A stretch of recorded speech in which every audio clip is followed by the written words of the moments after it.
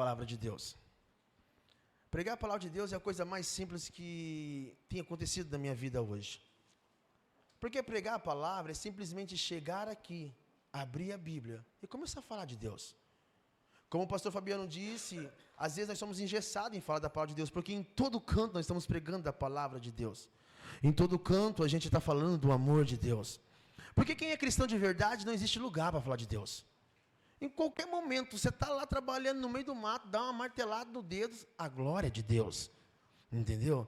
A glória para Ele. Está passando dificuldade, de repente você lembra do seu Deus. Porque a nossa comunhão com Deus é em todo momento. Só que de repente, na nossa vida, no nosso dia a dia, começa a acontecer algumas coisas que a gente não consegue compreender. Como eu disse, eu queria pregar sobre Elias, mas é só pela misericórdia de Deus agora, e eu vou deixar o Espírito Santo de Deus agir. Quem sou eu perante Ele? Mas, só para conjecturar um pouquinho, nós olhamos para a história de Elias e vemos um cara sobrenatural. Elias, nós olhamos para ele e vemos um super profeta. Um homem que tem intimidade com Deus de uma maneira única. Um homem que chega em uma situação, ele olha e fala assim, segundo a minha palavra. E eu quero dizer uma coisa que talvez você já saiba, mas eu só quero reforçar. Quando Elias olha para a rainha Jezabel e o rei Acabe e fala, segundo a minha palavra não vai chover. Ele não disse, segundo assim manda o Senhor, não. Ele fala, segundo eu estou dizendo, não vai chover. E quando eu começo a estudar sobre Elias, eu vejo um homem sobrenatural, eu falo, uau, é difícil ser igual a Elias. Só que no Novo Testamento, lá na frente, lá no finalzinho, um profeta fala assim, Elias era um homem como eu e você. E a prova disso é o capítulo 19 de Elias. A prova disso é que Elias, ele ouve uma ameaça da rainha Jezabel. Ele fez uma coisa sobrenatural, como eu disse. Algum momento Deus falou para Elias que ia mandar fogo do céu? Não. Mais uma vez Elias faz uma proposta sem perguntar para Deus, e Deus honra Elias. E de repente Elias ora e Deus também manda chuva. Algo sobrenatural sobre a vida desse homem. Só que alguém olha para ele e fala assim, Elias, você vai morrer hoje. E eu não sei o que acontece com Elias, um desespero incondicionalmente faz ele fugir. Aí de repente agora nós vai lá para Jonas. Um homem também com intimidade com Deus, porque é o próprio Deus que fala com Jonas no capítulo 1. Muitas pessoas colocam Jonas como um profeta desobediente, como um profeta teimoso. E veio a palavra de Deus a Jonas, filho de Amitai, capítulo 1, versículo 1. Se nós lermos os 4 capítulos de Jonas, parece que a história não tem sentido. Mas quando você começa a ler o capítulo 4 primeiro, depois o 3, o 2 e o 1, a história faz todo sentido. Jonas não é simplesmente uma pessoa qualquer. Jonas também é um profeta que tem intimidade com Deus. Jonas é um homem que conversa com Deus. A prova disso é que no capítulo 4, mais uma vez nós vamos encontrar um super profeta passando dificuldade. E ele fala, eu prefiro morrer, porque eu não preguei para Nínive como o Senhor mandou. Eu prefiro morrer, porque o pé de abrobeira que o Senhor colocou para fazer sombra na minha cabeça morreu.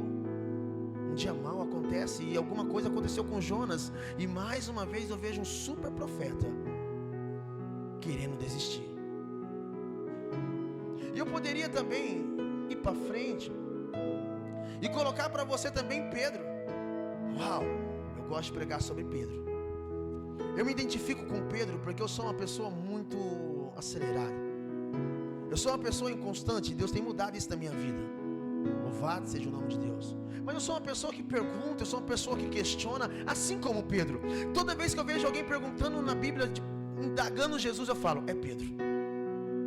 Porque é o único que tinha coragem de olhar para Jesus e dizer, mestre, como assim? Mestre, essa palavra sua é pesada. Pedro, ele tem a convicção da sua salvação de uma tal maneira que ele fala, ninguém toca no Senhor Jesus, eu mato se alguém tocar no Senhor. E a prova disso que realmente ele estava pronto para matar mesmo. A palavra diz que ele sacou de uma espada e faz uma loucura por causa de Cristo. Só que de repente a minha própria Bíblia também diz que quando Jesus morre, Pedro perde o chão. E mais uma vez eu vejo um cara supernatural, um cara top, perdendo o rumo. E a Bíblia diz que Pedro volta a fazer as suas velhas coisas. E eu estou pregando para humanos aqui. Hoje eu estou aqui para falar com uma igreja viva, uma igreja real, uma igreja que tem seus momentos bons. A nossa igreja é muito boa. Nós estamos numa casa muito boa. Vocês estão sendo pastoreados por um pastor muito bom. Como eu queria estar ouvindo o sermão deles todo domingo ainda. Como não queria ser eu pregando, mas eu sentado aí ouvindo o meu pastor pregar. Mas, voltando, eu quero dizer para você que está aqui, que é normal o sentimento de medo. É normal, às vezes, você desacelerar e dizer, eu não vou dar conta. Parece anormal, mas nós somos humanos. E uma coisa que eu aprendi na íntegra foi isso. Eu não paro, irmão. Eu sou uma máquina muito louca, eu trabalho demais, graças a Deus. E essa semana, irmão, eu tive que parar. Começou a dar cãibra, começou a dar febre, eu não conseguia levantar, e eu comecei a ficar mal. E eu comecei a entender que todos nós temos que parar um momento. Até o próprio Senhor Jesus, que morreu na cruz por mim e por você, no meio do caminho do Monte Cólgota, Ele está levando a cruz, e numa certa caminhada, aquele negócio começa a ficar pesado, insuportável, e Ele para. Então vem o diabo e começa a colocar na nossa cabeça que quando você pensa em parar, que você começa a questionar, que você está desviado. Aí vem o diabo e começa a questionar, porque você, por um momento, por um minuto, você se sentiu humano. E ele fala, cadê o super dorsa? Cadê? Porque há momento que não dá vontade de orar mais. Há fase da nossa vida que nós não conseguimos dobrar o joelho mais. E fazemos coisas que Deus não mandou ninguém fazer. O dia mau é real. Mas o que não pode acontecer no dia mau é nós deixar de ouvir a voz de Deus. A Bíblia fala que Elias, ele corre e esconde dentro de uma e ele é sustentado por um anjo. Deus manda um anjo e fala, Elias, você tem que comer. Mas a Bíblia fala que Deus faz uma pergunta para Elias. Elias, quem mandou você vir para cá? Deus faz uma pergunta para Elias, e a pergunta é simples: quem mandou você fazer o que você está fazendo? E muitas das vezes a resposta é egoísta. Nós damos essa resposta para Deus. Deus, é só eu que faço. Se eu morrer, a igreja vai parar, a obra vai parar. E Elias volta a dormir. E de repente a Bíblia diz, para encurtar, que esse relógio me incomoda de um tanto. Põe, irmão, só põe quando tiver 5 minutos. Tira esse trem daí. Isso é obra do inimigo na minha vida. Quando tiver 5 minutos pode colocar, que aí eu paro, para ficar tranquila. Aí esse trem voa, voltando para cá. Amém, pastor. Amém. Então põe só quando tiver 5 minutos. Voltando para cá. Quando Elias faz, obrigado. Quando Elias vai para a caverna novamente o anjo aparece, alimenta, sustenta. Só que o interessante é que, você já conhece a história, então vou jogar um gelo. Elias ouve a voz de Deus através de um vento calmo. E mais uma vez, Deus faz uma pergunta para Elias. E alguém sabe qual foi a pergunta? O que você faz aqui, Elias? E hoje, na autoridade de Deus, eu quero dizer para pessoas aqui dentro: o que você está fazendo aqui hoje? Pastor, eu vim aqui para cultuar. O que você veio fazer aqui hoje? Pastor, eu vim aqui. O que você veio fazer aqui hoje? Porque se você veio realmente aqui hoje para cultuar a Deus, irmão, dá lugar, porque Deus quer usar você tremendamente. Ei, eu quero dizer para você, na autoridade de Deus, irmão, sobre a tua vida, sobre a minha vida, você já passou prova maior que você está enfrentando. Você já lutou coisas maiores que você está passando, e você não desistiu por causa de uma pequena ameaça, por causa de uma pequena ruptura. Você está pensando que você não é capaz de prosseguir, só porque você foi fragilizado no meio da caminhada. Você está pensando que Deus te abandonou? Ei, a palavra diz que nós somos filhos, e uma coisa que eu aprendi com Deus: filho tem lugar na mesa. Ah, eu sou rebelde, tem lugar na mesa.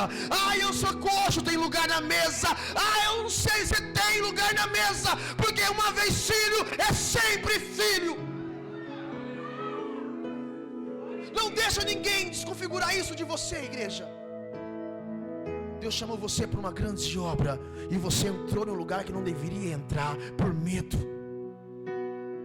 por pressão. Te assustaram, e você começou a correr sem saber porque você estava correndo, simplesmente correu. Mas vem o Senhor e fala assim: Dorsa, você não está sozinho ainda.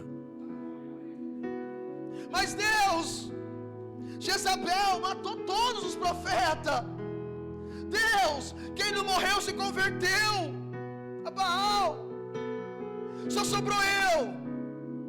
Dorcelino, você ainda não está sozinho. Sai desse lugar, desce, porque ainda existe homem que não se prostrou, ainda existe homem que ora. Ei, sabe o que Deus manda dizer para você, Dorsa? Pode até sentar debaixo da sombra, mas ele cega a sombra só para te incomodar e você voltar a começar a andar.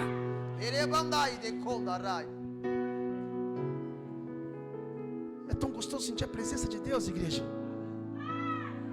Talvez você pensou que eu era vivalista, né? Eu não sou vivalista.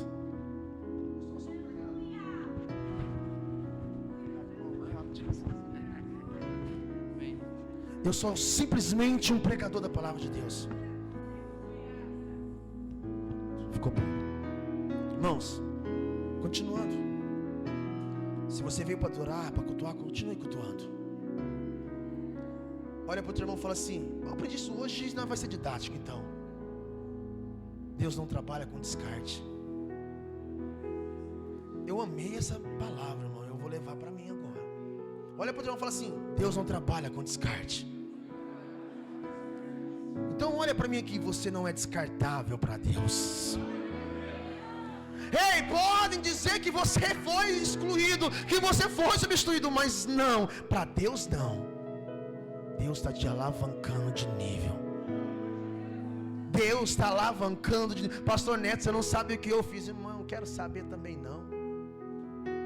Eu não quero te caçar lá para trás, eu quero te caçar daqui para frente. Jonas, ele é uma pessoa íntima com Deus. E quem tem intimidade com Deus aqui? Eu amo a igreja. Para de mentir. Porque intimidade com Deus é trabalhar contra a tua própria vontade. Quem abre mão da sua vontade por causa de Deus? Ah, você não sabe o meu coração. Eu sei, irmão, eu também sou humano. Às vezes as séries, os impuros é mais gostoso do que um discipulado. Aquele sofá meu, irmão, você não tem noção como é bom para mim, não para você. E sabe o que é mais triste? Que Deus fala assim: prega para o seu inimigo. A tristeza da caminhada é quando Deus fala assim: ei, eu te levantei, estou te sarando, está caminhando, mas olha para trás. Aí você olha para trás, está vendo lá? Estou vendo, Deus. Volta lá e começa a pregar. Aí você olha para Deus e fala assim: Deus, tem um equívoco. Foi lá que me machucaram. Foi lá que o Senhor me resgatou todo quebrado. E Deus fala: eu sei. Volta lá e começa a pregar. Eu vou ser mais simples para você entender. Quando você tem intimidade com Deus, a primeira coisa que Ele fala é essa: volta e começa a falar com o seu marido de novo com carinho. Volta e começa a falar com o teu filho de novo com carinho. Volta e começa a amar teu irmão de verdade, com amor. Perdoa de verdade o seu pai. Perdoa de verdade a tua mãe. Libera perdão de verdade. Ei, eu não vou fazer isso, Deus. Vai. Se você quer crescer, tem que ir lá. Eu chamo de veredas, pastor Fabiano. Alguns falam traumas. E hoje aquela psicóloga falou a palavra e fugiu da minha cabeça. Ela falou de laços antigos, trauma. Esqueci. Eu queria aprender essa palavra. Tem que falar só para falar a palavra. O que eu quero dizer é que muitas vezes nós estamos dentro da igreja com o coração fechado com o nosso próprio familiar.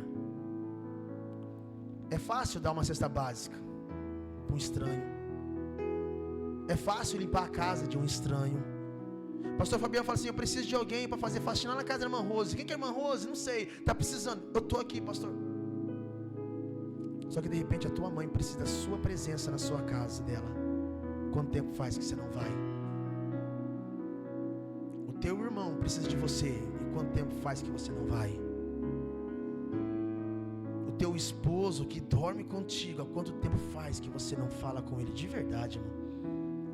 Para você que é casado, é sem pedir arroz, feijão, carne moída, as coisas básicas de casa. Não é essa conversa, não é esse diálogo que eu estou dizendo. É olhar nos olhos dele e falar assim: ei, como é que você está? Eu tenho intimidade com Deus. Não, irmão, Deus ainda usa pessoas. Deus não vai mandar anjo aqui na terra, Deus vai usar pessoas. Deus vai usar você para converter a tua casa. E é nesse momento que eu vejo Jonas.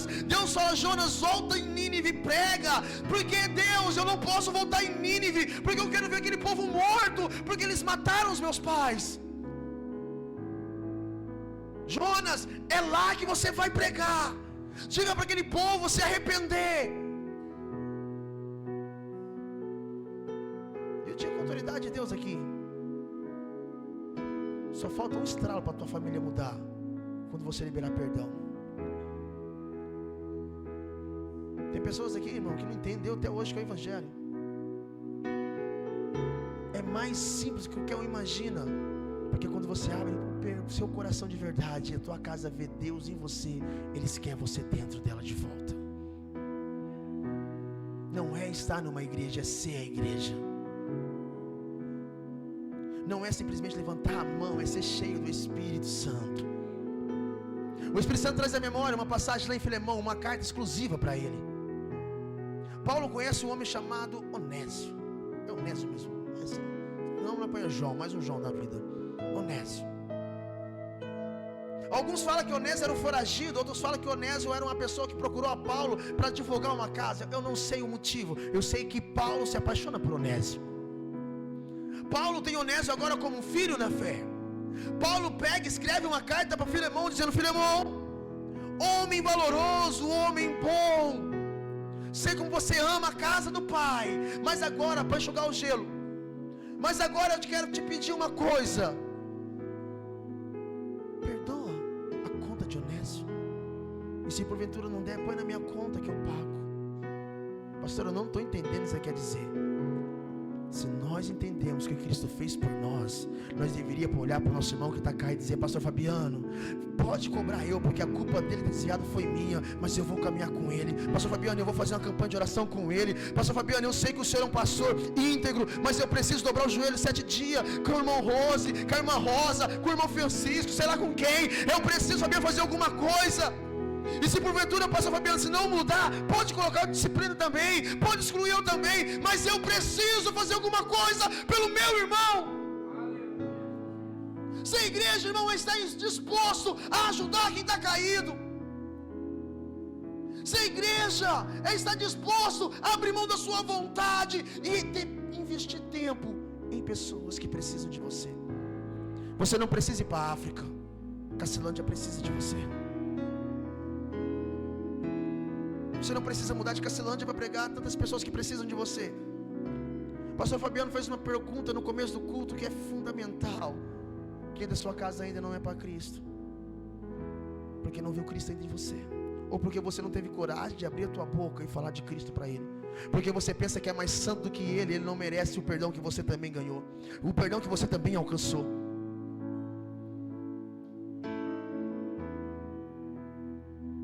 Hoje é um culto de família. Eu tenho uma família, igreja.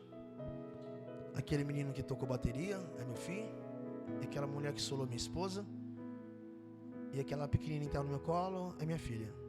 Essa é minha família. Uma família problemática, porque nós não somos perfeitos. Brigo com a minha esposa. Ontem mesmo estava com muita raiva dela. Levantei com dor de cabeça. Mas nós é crente, né? Tem que continuar caminhando. A oração é Deus dar vida para ela, Pai. Porque Ele pode orar ao contrário, né? Mas já orei para Deus matar, e Deus não matou, irmão. Depois eu bati, eu falei, ela deve estar orando, deixa eu perdoar essa mulher antes que aconteça alguma coisa comigo. Então assim, irmão, brincadeira à parte, mas é verdade, eu bati mesmo, e já orei para matar ela. Família é algo complexo. Eu sou pastor há 12 anos, não, 7 anos pastor e 12 anos à frente da igreja. Quantas e quantas vezes eu saí de casa com raiva da minha esposa, preguei, Deus foi bênção no culto. Só que eu chegava em casa, minha casa estava vazia. Não tinha prazer de estar em casa. Sabe por quê, irmão? É muito fácil vir aqui na frente. Como eu disse, pregar é fácil. Mas viver o que pregamos é complexo. É difícil. Chegar na tua casa e você orar pelo seu inimigo, irmão, quando o inimigo dorme do lado é mais complicado ainda. É, vocês iam, né? Mas vocês são casados, tá? Vocês vêm pra lá que não passa. Mas sabe por quê? Um dia, na caminhada, eu questionei a Deus. 2 coisas que eu questionei a Deus e Ele me respondeu na hora. Eu falei, Deus, por que o povo de Israel foi tão perseguido? Porque a gente olha, é uma grande multidão. É um povo grande. Pega em Gideão, quantos homens apareceu? Eles poderiam vencer a guerra. Eu falei, mas que povo trouxa, era só juntar um com os homens, guerrear, ganhar a batalha. Que povo besta. E de repente eu estava trabalhando, passou um cara e me xingou. O cara me xingou e eu peguei e parei o carro. Eu ia responder, eu falei, amém. Não falei nada. Aí Deus respondeu, é por isso que Israel é desse jeito. Porque quem batalha sou eu, não é eles. Aí eu peguei e falei assim, uau. Agora eu entendi, porque quando a gente para, quem luta é Deus. E sabe por que muitas vezes nós frustramos dentro de casa? Porque é eu que estava lutando. Era eu que estava sendo legislado, você é inútil, muda nisso, mulher. Aí eu falei, parei de falar com essa mulher sobre o assunto. Aí Deus começou a matar a Deus começou a falar. Você acredita que eu queria pegar essa mulher orando já? Esse dia eu falei, eu queria ver essa mulher orando, irmão. Eu levantei madrugada, essa mulher estava orando. Aí eu mandei uma mensagem, de repente ela mandou uma postagem, eu falei, meu Deus. Quando você para de lutar com as suas forças, Deus começa a lutar com você. Sabe isso? Mas o verdadeiro evangelho, a cacidade a mudar, a palavra a mudar, precisamos nós transformar. Verdadeiramente você está disposto ao evangelho de Cristo? Verdadeiramente você está disposto a partir de hoje?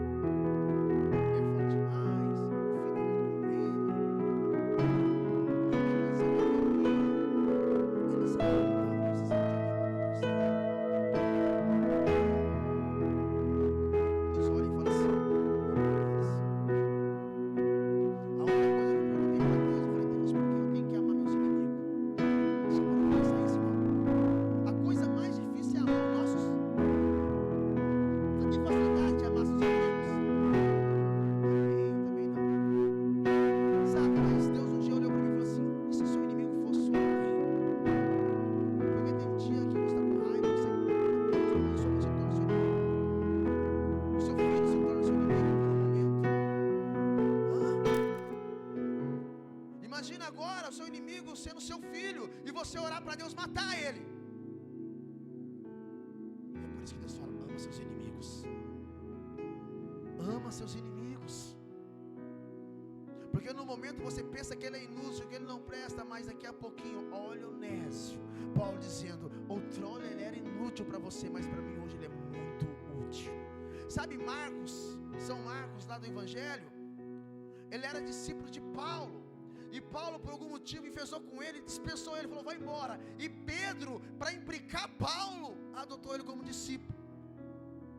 E um belo dia Paulo está preso e fala assim: traz Marcos, meu discípulo amado. Estamos dispostos realmente a ser igreja? Olha agora para os grandes profetas e começa a entender a lição. Jonas estava com o coração amargurado, e ele preferia ver Deus destruir uma cidade do que liberar um perdão para aquela cidade. Às vezes hoje você está perdendo a tua casa porque você não consegue liberar perdão. Essa fala eu aprendi com o pastor Fabiano: você prefere ser feliz ou ter razão? Porque se você quer ser feliz, irmão, abre mão da razão. Deixa quieto, deixa fluir. Mas se você quer ter razão, esqueça também da felicidade. O Espírito Santo, ele é tão sensível que toda vez que nós compreendemos algo e abrimos nosso coração ali adentro, toda vez. E Jonas, depois de algum tempo, ele questiona Deus, dizendo: eu não vou. E Deus dá para ele uma coisa inútil, uma bobreira. Só que aquela bobreira foi útil porque fez sombra na cabeça de Jonas e refrescou ele. Só que Deus no outro dia manda matar a bobreira. Jonas fica revoltado. Aí Deus pergunta para Jonas: Jonas, você está com dó de uma bobreira que você não fez nada por ela, e você me questiona como que eu não vou ter dó de 120 mil que moram em Nínive? Talvez você está com raiva de alguém e questiona Deus: por que ele? E aí Deus fala assim: e se fosse você? Porque quem aqui é melhor de quem está do lado? Quem é aqui que não tem nenhum pecado? Infelizmente todo mundo aqui tem um pecadinho de estimação que você cria,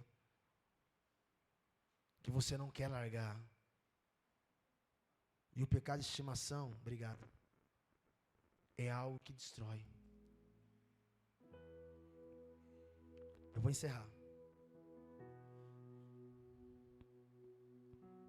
E eu gostaria que você entendesse uma coisa.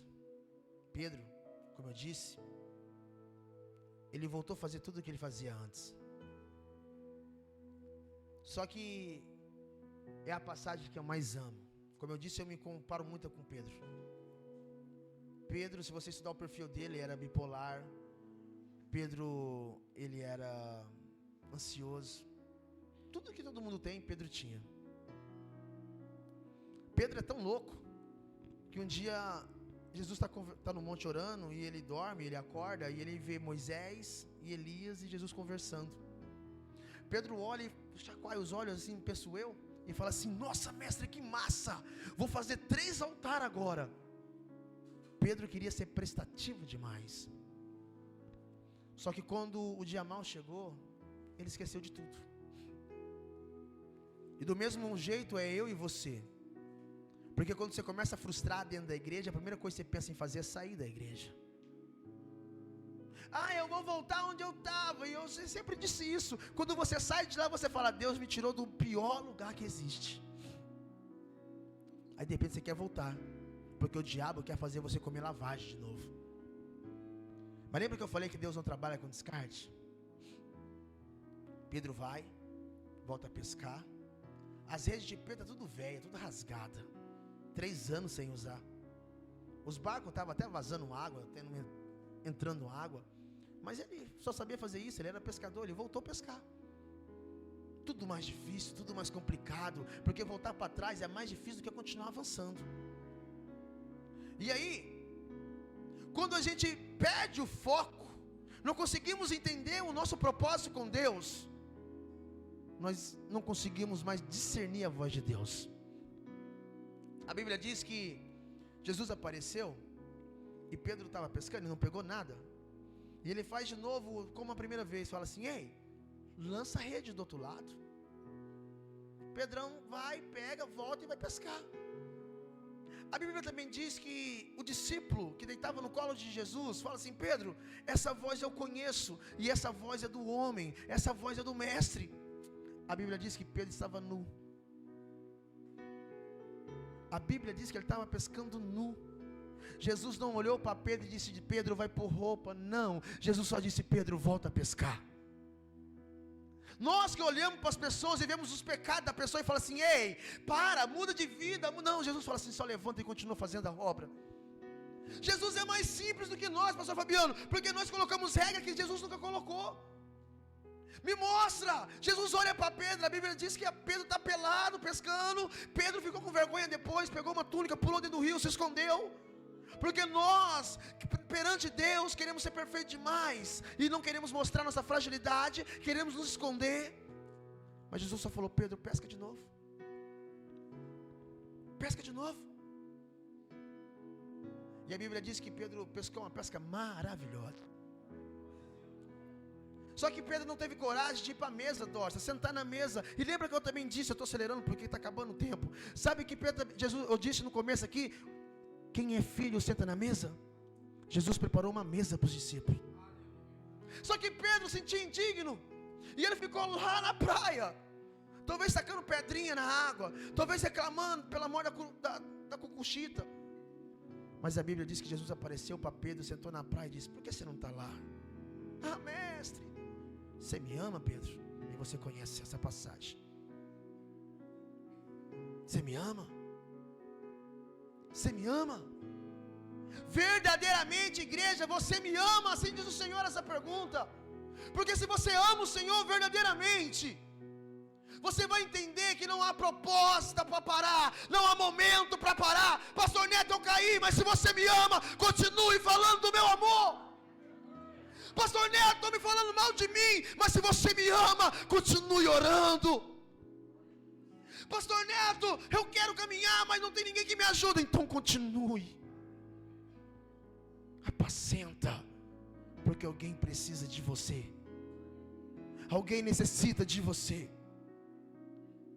Alguém necessita. Eu quero dizer uma coisa para você. Pega na mão do seu irmão que está do lado, não precisa nem levantar não. Só pega na mão dele.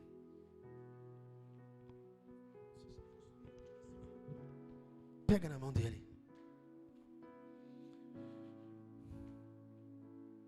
Não, Zulão, pega na mão da Denise lá, pelo amor de Deus, ela não morde não. Fica ninguém sem pegar na mão de alguém. Viu? Não mordeu. Agora você vai orar por ela. Sabe, porque eu mandei você pegar na mão de alguém para você sentir a humanidade que você também é. Talvez você esqueceu o toque humano, porque muitas vezes as pessoas só olharam para sua queda. E hoje Jesus está dizendo: vai lá, prega lá. Mas pastor Neto, como que eu vou pregar? Todo mundo ri de mim. Só volta e fala que Deus é bom. Fala que Deus te levantou. Fala que Deus está te edificando. Fala que Deus está trabalhando. Fala que Deus te escolheu. Fala que Deus. Só fala com o amor de Deus. Ah, igreja, eu amo Jesus demais.